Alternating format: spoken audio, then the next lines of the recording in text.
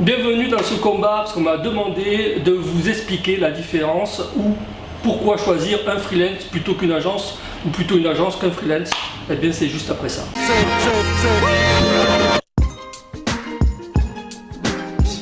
Je comprends que certains d'entre vous souhaitent s'attacher les services directement sans passer par l'agence d'un freelance.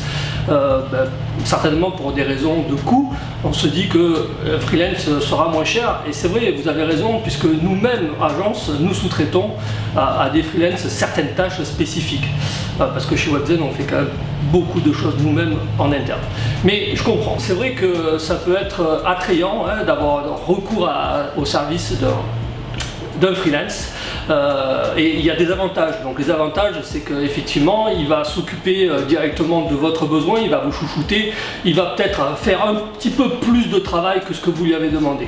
Ça c'est une chose. Et évidemment pour un coût moindre par rapport à un tarif jour agence, ça c'est sûr. Par contre, ce qu'il faut que vous disiez, c'est que le travail que ne fait pas l'agence, c'est vous qui allez le faire.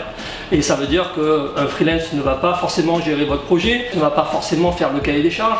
Ça veut dire qu'un freelance ne va pas aussi forcément contrôler son travail. Ce sera à vous à le faire.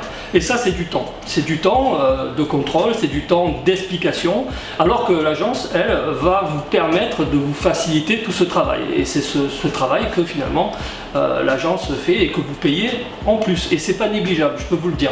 Surtout que c'est du temps, bien sûr, mais c'est aussi des compétences de gestion de planning pour arriver à des dates précises si vous avez des deadlines impératives par rapport à des contraintes aussi. Donc voilà la différence. Donc bien sûr elle est au niveau du coût, mais aussi elle est par rapport au temps que vous allez y employer, au temps que vous allez passer et surtout au contrôle.